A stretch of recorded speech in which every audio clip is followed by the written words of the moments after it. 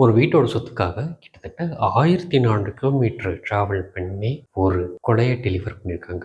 இந்த வீடியோவில் யார் இவங்க, இவங்க எதுக்காக இப்படி பண்ணாங்க, கொலை பண்ணப்பட்டவர் யார் அப்படிங்கிறத இந்த வீடியோவில் பார்ப்போம். அது மட்டும் இல்லாமல் இதுலேருந்து நாம் தெரிஞ்சுக்க வேண்டிய ஒரு முக்கியமான விஷயத்த இந்த வீடியோவோட எண்டில் சொல்கிறேன். ஹலோ கைஸ், நான் விஜயகிருஷ்ணன். வாங்க வீடியோக்குள்ளே போகலாம்.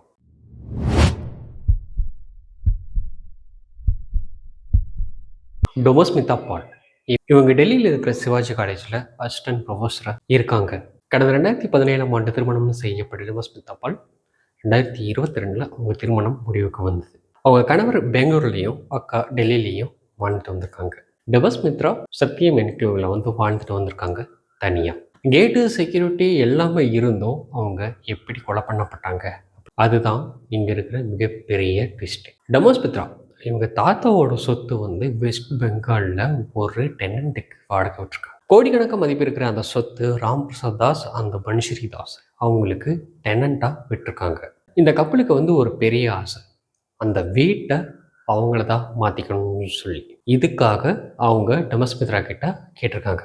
பட் அவங்க இந்த சொத்தை இல்லை கொடுக்க முடியாது, அதனால் நீங்கள் வீட்டை காலி பண்ணுங்க அப்படின்னு சொல்லிட்டாங்க. இந்த தாஸ் கப்பல் எப்படி இவங்களை கொலை பண்ணாங்க அப்படின்னு பார்த்தீங்கன்னாக்கா, இவங்க ட்ரெயினும் ட்ராவல் பண்ணல, ஃப்ளைட்டும் ட்ராவல் பண்ணல.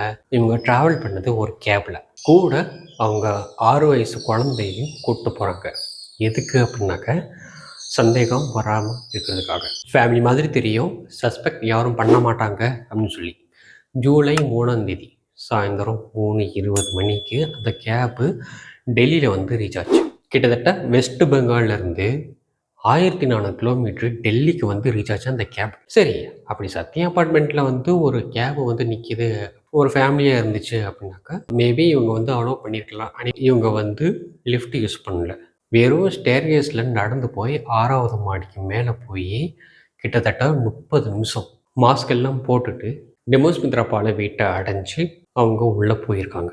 30 நிமிஷத்தில் அவங்க திரும்பி வந்தப்போ அவங்களோட ட்ரெஸ்ஸஸ்லாம் சேஞ்ச் பண்ணிவிட்டு கீழே இறங்கி அந்த கேபில் ஏறி போயிருக்காங்க. அடுத்த நாள் காலையில் டொமஸ்மித்ராவோட அவங்க அக்கா கால் பண்ணியிருக்காங்க, ஃபோன் எடுக்கலை.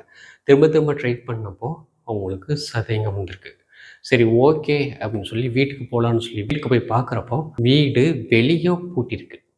சரி ஓகே, அவங்க பூட்டை உடச்சி உள்ளே போய் பார்க்குறப்போ அவங்களோட தங்கச்சி இரத்த வெள்ளத்தில் இருந்திருக்காங்க. டெல்லி போலீஸும் இதில் பாராட்டியே ஆகணும்.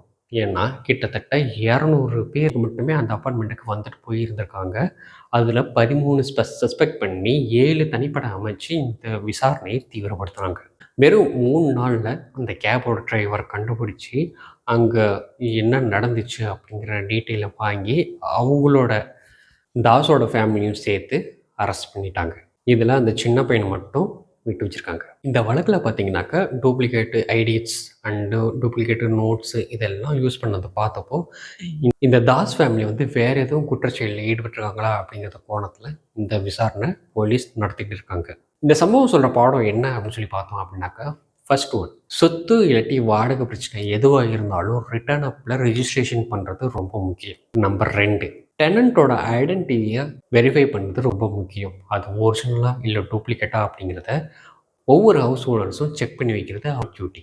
நம்பர் 3, ரொம்ப நாளாக உங்களுக்கும் டெனண்ட்டுக்கும், அதாவது ஹவுஸ் ஓனருக்கும் டெனண்ட்டுக்கும் அடிக்கடி பிரச்சனை வருது அப்படின்னாக்கா நீங்கள் இதை சட்டம் மூலியமாக தீர்த்துக்கிறது உங்களுடைய சேஃப்டி, இன்கேஸ் அவங்க டெனண்ட்டோட சேஃப்டியும் கூட.